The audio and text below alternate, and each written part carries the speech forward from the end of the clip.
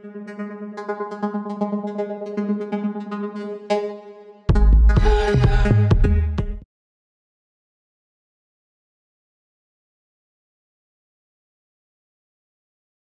you so much for watching this presentation. My name is Daniel Palomino. I am from Peru and I study at Universidad Católica San Pablo, located in Peru too. I'm going to present the work Overcoming Transformer Fine-Tuning Process to Improve Twitter Sentiment Analysis for Spanish Dialects. The motivation of this work is to answer the question, is there an effective Spanish sentiment analysis algorithm? The aim of this paper, in fact, is to answer this question. The task is challenging because there are at least 21 Spanish-speaking countries in the world. Nowadays, despite recent advances in algorithms and word embeddings, the basic polarity detection task has not been completely solved. Thus, where it is usually claimed that the transfer learning approach can smoothly solve any classification task in NLP, this is not usually the case when we apply it to Spanish. In this work, we propose a system which allows us to achieve state-of-the-art results regarding multi-dialects benchmark dataset.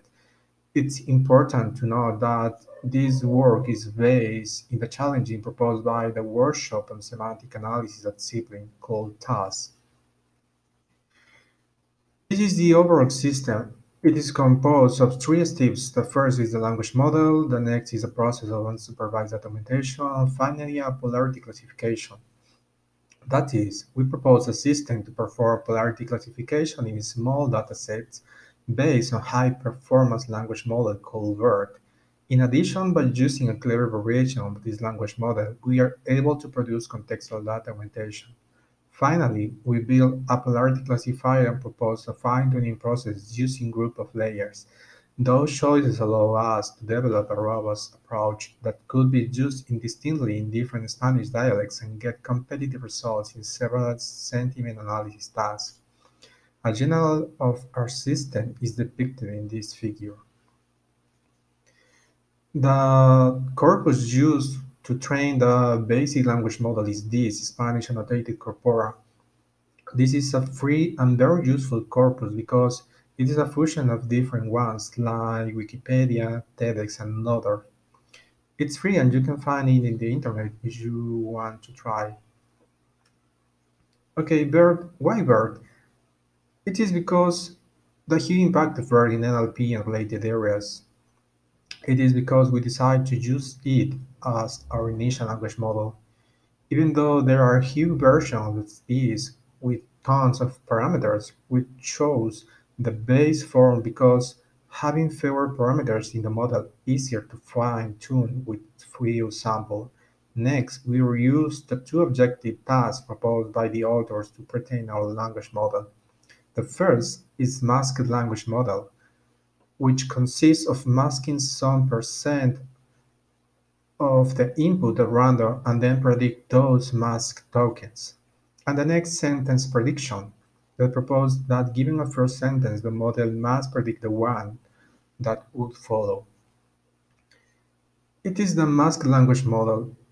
It's very easy to understand because you only have to mask randomly some percentage of the tokens in the input sentence. In this case, the author proposed to mask 50% of the token in every input sentence in order to force the model to predict the words masked.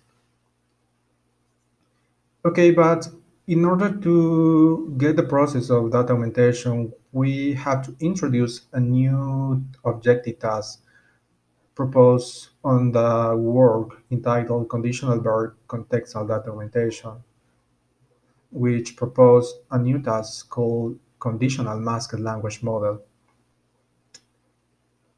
Based on this work, we altered the segment and position embedding of our pre-training language model as described in detail by the authors to create a new architecture able to generate new samples based on original target datasets.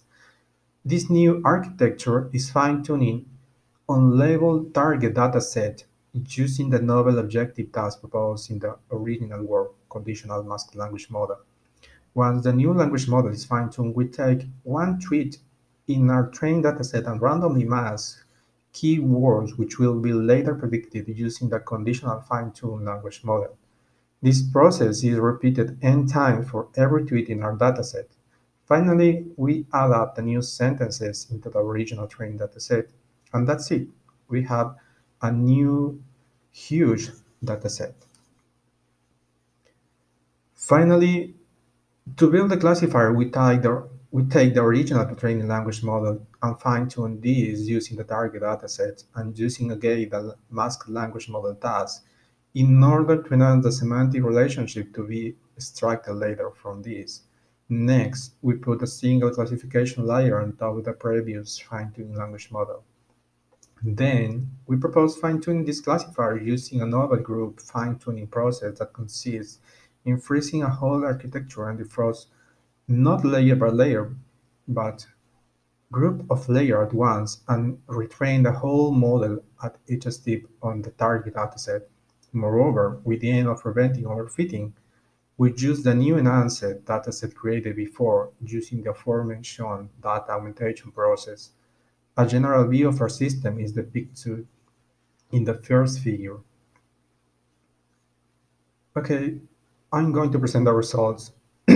In order to get a better understanding of these outstanding results, we perform ablation experiments removing every step of our pipeline at once and testing the performance of the remaining system.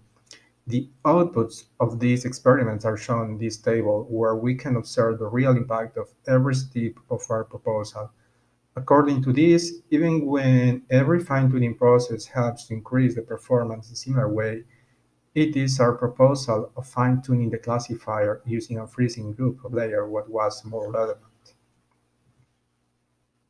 Our proposal was ranked first in all variants of Spanish presented in task 2019 competition among all submissions according to F1 macro score, and boosts the state-of-the-art in full-label sentiment analysis in these dialects of Spanish, adding a difference of even up to 4.6% with respect to the second place.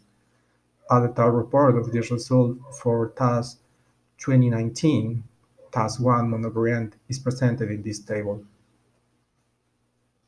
For conclusion, we have presented a robust sentiment classification system based on BERT that includes several fine-tuning steps, such as language model fine-tuning, group fine-tuning in the classifier, and unsupervised data augmentation. A system has been applied to sentiment analysis on Spanish tweet and its dialects.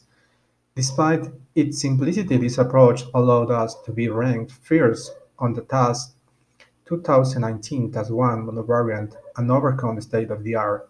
Furthermore, the ablation experiments have shown that a careful choice of the fine-tuning steps in the language model and classifier can improve the result drastically, even more than data augmentation regarding each Spanish dialect. Thank you for watching this presentation.